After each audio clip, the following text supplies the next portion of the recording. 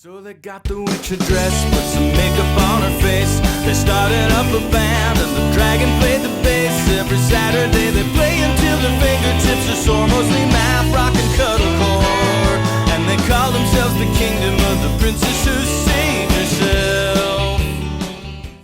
Thranduil, being the annoying hindrance he is, accidentally frees a djinn who wants to kill them. A note on race here. Dealing with dragons works within the oversimplification of depicting all European peoples as white, while the djinn is the only representation that people of color get, a dark-skinned exotification of a Middle Eastern other. He's a very stereotypical Arabian sort of character, and it makes me a bit uncomfortable to read. That said, Reedy manages to make him very funny in the same sort of way as the dragons, mirroring the Linderwall court and being mired in tradition, despite being a grandiose fantasy creature. So at least there's no racism there. It is tradition for djinn to promise to be sealed away in bottles, and do certain things to the people who free them based on the time frame in which they are freed. If they are released early on, the releasers get power, treasure, or wishes. But if they miss the window, they get death. Simmering stalls, and the djinn admits that they're technically in the window where djinn grant wishes, but he doesn't want to, because it goes against djinn tradition to not kill the people who free them. Again, conformity messes everything up. Simmering suggests that he go back in the bottle and wait 83 years until he's supposed to kill people, and then escape, at which point she and Thranduil would be dead from old age. And the djinn agrees that it's best for everyone and even offers both of them a wish. Simmering resolves a minor subplot by asking for a practical, down-to-earth spell ingredient that she's been looking for. And Thranduil asks for the ability to defeat a dragon and take his princess.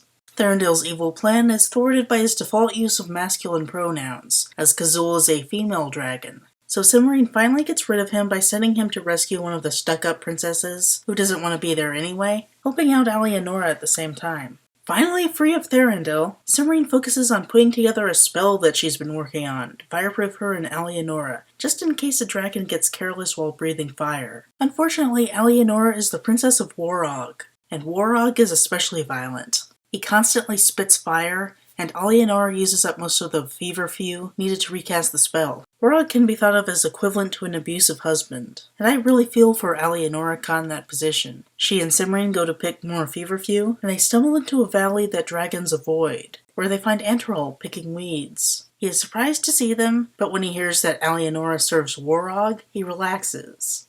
They play stupid and annoy him into leaving, and then investigate. Simmering has never seen the weed before, and she grabs a leaf to show Kazul. Little does she know that this is actually Dragon's Bane, the one major vulnerability that dragons have, equivalent to the function of Wolf's Bane in many werewolf stories. That's why dragons avoid the valley. Incidentally, the book dealing with dragons was initially published under the title Dragon's Bane. Unfortunately, the only cover I could find is really low resolution. When she tells Kazul about the incident, Kazul knows right away that Antrol was collecting the means of killing dragons. This is very alarming news to her, but she doesn't fill in Simmering on time to keep her from pulling out the Dragon's Bane. Kazul reflexively breathes fire, showering her with flame. At the time, Simmering and the reader don't know what's going on, so this is very alarming. If Simmering hadn't done the spell earlier when helping Alienora, she would be toast. Kazul is suddenly dangerous like Warog is indicated to be, but then we find out about how deadly Dragon's Bane is, and we understand Kazul's position of lashing out in honest fear for her life. Kazul inhales one breath of the Dragon's Bane smoke and instantly falls ill, so we can imagine that she would have dropped dead if she didn't breathe fire. It's kind of like throwing something at a child who's aiming a gun at you out of ignorance. Not particularly good, but really the best you can do under the circumstances. It's far better than New Moon's depiction of a werewolf transforming out of anger and then mutilating his girlfriend during a fight, and it all just being brushed off as the trials of being in a relationship with a werewolf. That is forgiving domestic abuse. Dealing with Dragon's fire-breathing incident is a reasonable use of self-defense. Simmering spends a month taking care of Kazul. When she is finally able to speak, she says she has to tell King Tokos about the wizards collecting Dragon's Bane.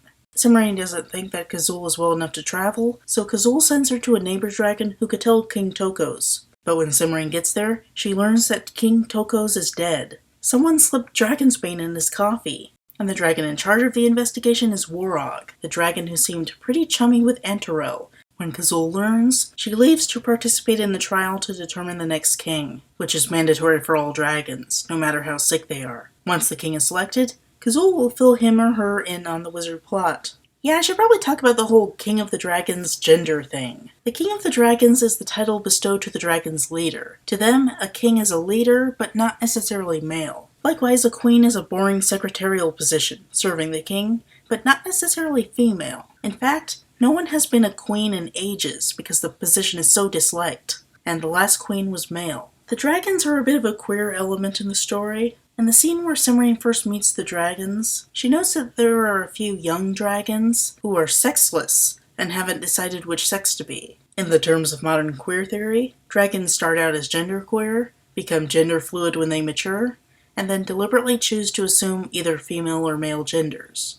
Them not considering the job titles king and queen necessarily gendered plays into that draconic queerness. It is fitting that in our world, playing with gender presentation is associated with the labels drag king and drag queen. One might even imagine adding an "un" to the end of drag there. This whole King of the Dragons thing actually inspired me as a kid to play around with my gender presentation online. I used the username King of the Dragons and emphasized a female gender. For a time, I used the username Queen of the Dragons and emphasized a male gender, as the internet enables you to do so. The queer experimentation that dealing with dragons offered was rather liberating. I imagine that other queer kids got something out of it too. From a feminist perspective, however, it doesn't work perfectly well. Associating the title King of the Dragons with the power and Queen of the Dragons with boring secretarial duties is still patriarchal. Even if dragons don't assign genders to king and queen, we sure do. If queens are considered lesser, it is the result of sexism, not job duties. Back to the story. Simrine finds a prince made of animated stone on the other side of the gate to the Caves of Fire and Night. He shares his story. As a baby, he was visited by a soothsayer, who said that he would grow up to do a king a great service. He trained all his life for hero work, and then had a hard time deciding which king to serve. He didn't want to take sides. Finally, he went with a king who sent him on a quest to get magical healing water from the Caves of Fire and Night. He was given very specific instructions to only use the plain tin cup provided to gather the water, not the ornate cup made of gold. He used the tin cup and succeeded in gathering the water, but he decided to then inspect but not use the golden cup. He touched it, started to turn to stone, and then used the water on himself to heal, but only succeeded in becoming an animated statue. Simrine lets him in and hides him away while she deals with other stuff, and then promptly forgets about him. Good job! Alienora discovers him by accident while mopping, and summons Simrine, who introduces them. The Stone Prince shares a conversation he overheard between Warog, Zeminar, and Antorel that reveals that they have been conspiring to make Warog the King of the Dragons, after which Warog would give them total access to the Caves of Fire and Night. Antorel doubles back and discovers them, and he moves to attack, but Alienora throws the bucket of soapy water, mixed with lemon juice for the smell, on him. Somehow this makes him melt like the Wicked Witch of the West from The Wizard of Oz. The fact that wizards can melt is their greatest and most embarrassing secret. It's an unexpected weakness that functions as their masculine counterpart to the feminine witches. And the fact that it takes lemon juice and soap suds is delightfully goofy. Simrine and Alienora link arms with the Stone Prince, and they use the first rock feather to travel to where the Dragon King trial is being held. The dragons they meet don't believe them, so they use the second feather to go to Morwen's for help. Morwen uses magic to find out where the wizards are helping Warog become king. They make more mop water, and then use the last feather to go to where the wizards are, and fight them off. Zeminar is melted, and his spell is ruined, making Warog drop the stone and be taken out of the running for king. Morwen is splashed in the ruckus, but she is far too no-nonsense to ever be melted like any of your typical witches. They go to tell the dragons what's going on, and find that Gazul is now king of the dragons. Touching the stone healed her, and she is able to confront Warog. Warog commits himself to evil selfishness, which is so undragon-like that he simply transforms into a frog, and the matter is resolved. It's a bit anticlimactic, but I suppose it's better than watching a bunch of dragons we're supposed to like tearing him to shreds. The Stone Prince has now done his prophesied great service to a king, the King of the Dragons, and can retire with Alienora once Morwen fixes his stone condition. There is a rather risque joke I didn't get as a kid, where he wants to remain stone because he's effectively immortal, and Alienora reminds him that he can't take off his clothes like that, so he agrees to give up immortality for the ability to take off his clothes. Simrine is amused. Are you picking up the subtle innuendo here? As it is untraditional for the King of the Dragons to keep a princess, Simrine worries about being out of a job, but Gazul reassures her that there is still need for her service. Simran frets about whether this would reflect badly on Kazul for being the weirdo king who keeps a princess, so Kazul gives her a different and goofy mundane title. The book ends with a happy not ending, in which Simran continues to serve Kazul because continuing to work for her is the happy point at which we leave her, and a continued subversion of the Snow White story. Alienora finds happiness in marriage to a prince, but Simran still has some growing up to do, and that makes it healthier than most fairy tale endings. Dealing with Dragons could aptly be described as a feminist work. In rejecting the traditions of their respective societies, Simran and her friends' nonconformist attitudes display subversiveness in common with feminist attitudes. In Simran's efforts to fully realize her potential as a woman in a world modeled off of feudal Europe, she effectively acts as a feminist against the patriarchy, at least part of the time. Because Reedy was spoofing tropes and didn't have a feminist message in mind, the work isn't as clearly defined as a feminist narrative as some specifically written to be feminist, but it still carries feminist significance in its trope subversion and use of recognizable characters and scenarios. The book has been republished many times and has a wide variety of covers, each depicting some form of dragon and princess interaction, some of them quite whimsical in nature. My favorite is the original cover. It shows Simran as delightfully unkempt and calculating, presumably thinking about the wizard plot, with Kazul as a lovely blue dragon, watching her with a warm expression. The scene has a number of related items, including the books on the Cave of Fire and Night, the tea that Simran serves the princesses, the chocolate mousse she makes for the dinner party, the fireproofing spell, and the magic sword. This is a cover that invites adventure. Unfortunately, the book I had as a kid was one whose cover I puzzled over, and which I really don't care for now. First of all, I believe this is Moran's, not Kazul. I believe this is supposed to be the scene where Moran's confronts Simran shortly after she meets Zeminar. So, why is she wearing a sword? She only wears a sword when with Kazul in the Caves of Fire and Night in the Enchanted Forest. Different locations from this one. This isn't like the whimsical original cover where everything is tossed in. This is a very specific scene. It's like the artist thought the scene wasn't good enough without a sword and altered it.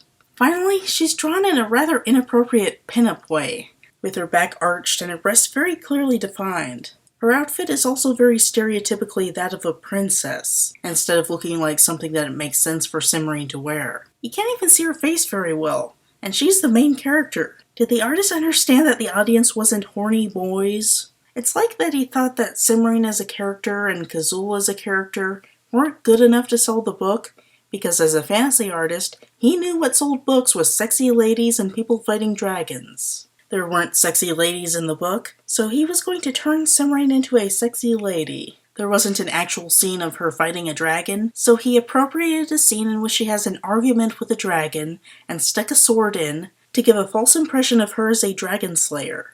This was the work of fantasy artist superstar Tim Hildebrandt, who, with his brother Greg, produced some of the most iconic fantasy art before his death in 2006. And he showed the ability to draw women who aren't pinups, but he also worked on a lot of pinup drawings with his brother, who actually has an American Beauties pinup collection, and he had a tendency to draw female characters in a pinup style. I understand the publisher wanting to use his work in a fantasy novel, but this man did not respect the subject matter of dealing with dragons. Dealing with Dragons is a very respectful work. Through a Terry Pratchett comedic setting, it depicts an empathetic subversion of fantasy tropes that promotes self-fulfillment regardless of cultural traditions and ultimately celebrates the freedom of choice. It is a very feminist work, and it remains a personal favorite.